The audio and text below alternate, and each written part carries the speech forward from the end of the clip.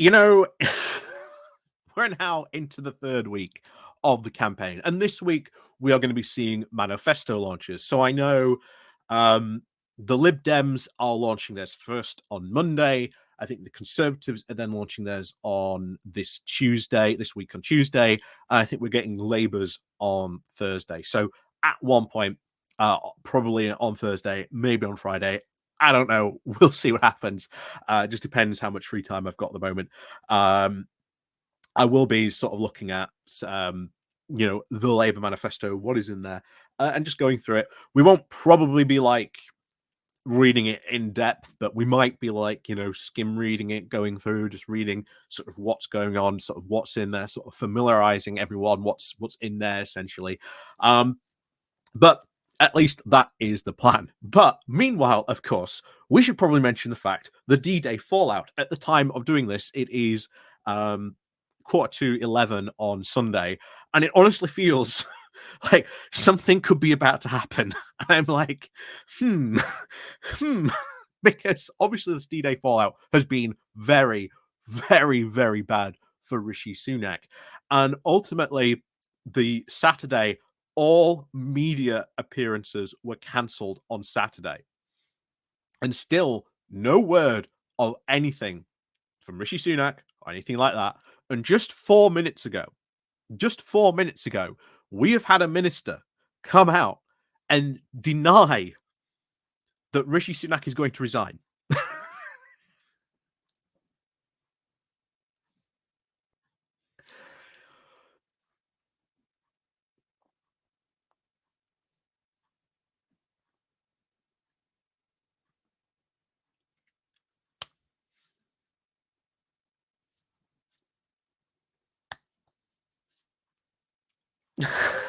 I just don't know what to say. But I thought we'd go over this because I think, what more do you need? What more fun could we have before we actually see the proper Conservative manifesto? Also, probably this week as well. In fact, we will be getting it this week. But who knows? Who knows? We could be having a quick leadership election. Jesus. Um, why not go over some crazy ideas on Conservative Home that were put forward about what the Conservatives need to do in order to win the general election? So here, from this guy who is part of the Resolution Foundation, which is a right-wing think tank, and the author of The Pinch: How Baby Boomers Took Their Children's Future and Why They Should Give It Back. Um, hmm. Interesting title. It'd be interesting to see what actually ideas he put forward in that book, but who knows? Certainly, I don't have time to sort of go forward and read that at the moment. But yeah, these ideas, interesting to say the least. So let's get down to this then, shall we? Anyway, before we get on into this, please do remember to click on the like, the share, and the subscribe button. And of course, down below, there are links to my Patreon page, the Buy Me a Coffee link, where you can, well, buy me coffee, the YouTube thank you button, and of course, there is the Pony Club down below as well. And of course, you can always click the like and the share button. And of course, if you are new to the channel, welcome. You can click on the subscribe button as well. So let's crack on into this then, shall we? So, as always, going over onto Conservative Home. With the crazy ideas. So, what is David Wiltz, I think that's how you say it, putting forward for his ideas? Tax breaks for the under 30s and senior service for the retired. The manifesto we should have offered. So, before we get into some of his ideas, why is he doing this? Well, he's doing this because, of course, um, a big problem that the Conservatives know that they have is that they are not appealing to young people, as has been brought up a lot of times by a lot of people. You are facing a very big demographic crisis in the Conservative Party, that you are going to run out of people who are willing to vote for you, and that more and more people increasingly are not turning Conservative.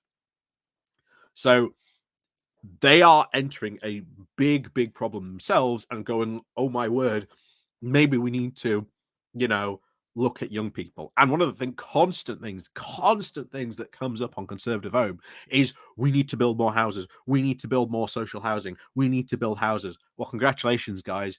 You've been in power 14 years. Maybe you should have been doing that. But his first idea, senior service. What is senior service and what is this? So, this is what he proposes as senior service. So, we propose a bold new call for national community service from people when they reach their pension age. That is the one when people stop paid work, and there could be an exemption for those who are still working. This is all the people who have a lot of wisdom and experience to contribute. We envision taking on their roles in such as school governors or simply visiting schools to listen to children read. They could also join the Royal Voluntary Service, the Royal Voluntary Service, sorry, or the Friends of the local hospital. We have also considered whether some form of military service should be an option, but we have decided to resist the appeal of creating a new dad's army.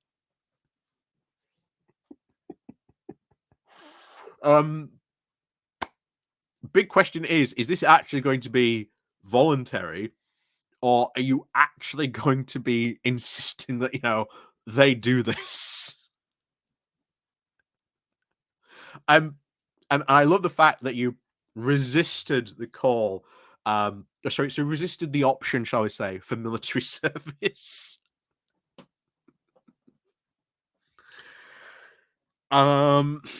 Gee, well, the national service idea went down like a lead balloon. How much do you think this idea would go down among senior citizens? So if you are just happen to be retired, just out of interest, comment below what you think to this, because yeah, I don't think this would go down well either. But there you go. I wonder if this will turn up in the Conservative manifesto. Anyway, on to the next one. This is the under 30s tax allowance.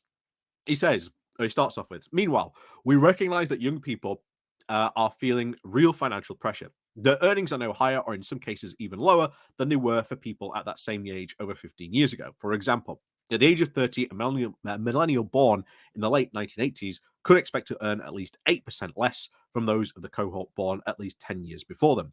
And now young people are now much more likely to be poor than older people are. The poorest tenth of the pensioner households are around 3,000 a year better off than the most poorest tenth of the non-pensioner households. There is already a special exemption for national insurance for pensioners. We now wish to try and find a way of helping younger people with the tax burden too. We therefore propose a new increased income tax allowance for young people aged under 25. We would then aim to increase this tax allowance for under 30s as resources allow. We believe that cutting taxes on younger people and expecting some community service from people when they are starting to collect their pensions is now a fair deal across the generations. It reflects the services and obligations which our different generations now possesses. So, an basically a tax break for those under 30.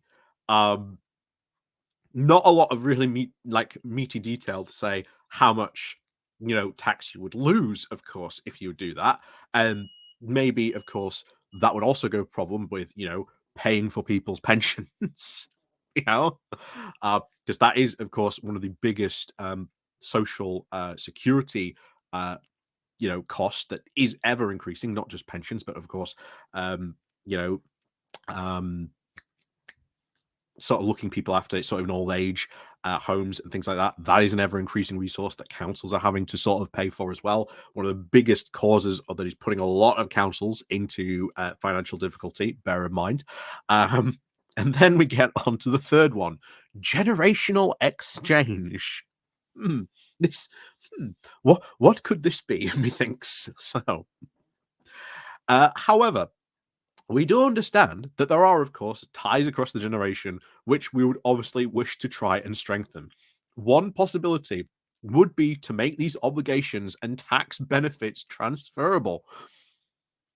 So a young person, if they wished, could transfer their tax allowance to an older relative, and an older person could then ask a younger relative to take on their community service on their behalf. Gee, I do not see that being exploited at all. These exchanges between the generation are, of course, then benign, uh, but they may not be many. Just what? Um, just that alone just seems to be bizarre in the extreme. Um, so yeah, what he's proposing here, basically exactly what the Conservatives are essentially proposing, except flipped reversed. Um, Instead of giving tax breaks to the wealthy, we're somehow going to give tax breaks to if you're under 30, which I suppose many people under 30 would probably maybe welcome that to some extent. But then, of course, you've got to ask the question, well, how much tax then does the Treasury lose? What impact is that going to have on further finances? Always the question when you're cutting taxes, at some point, you're going to say, well, the government is going to be taking in less money. Where are you going to cut costs elsewhere for that? So, you know, we'll see what happens there. And of course, national service for all the people. And bear in mind, later on, he did really seem to emphasize that this was not voluntary. So, hey, let me know down in the comments what you think to these ideas. Will we be seeing them in the Conservative Manifesto? I highly doubt it. But hey, don't let it be said that that the Conservatives aren't good at coming up with some wacky ideas about this. Of course, you may remember, oh, almost a year ago now, we went over a similar, should we say, some very wacky ideas about what the Conservatives should do to win the next general election. But let me know what you think to these ideas down below. Wacky, crazy, complete non starters. If you're under 30, how do you feel about these tax breaks? But of course, if you are in the older age, the pensioners' age, how do you feel about being forced potentially now into some national volunteering service? Anyway, as always, thank you very much for watching. And of course, as always, please do click on the links down below. Check those out. They help support the channel. And of course, as always, you can click the like and the share button. If you're new, hit the subscribe button for more interesting stuff. Of course, we'll be covering the general election and, of course, beyond after that, as always. And thank you very much for watching. And of course, we'll see you all next time.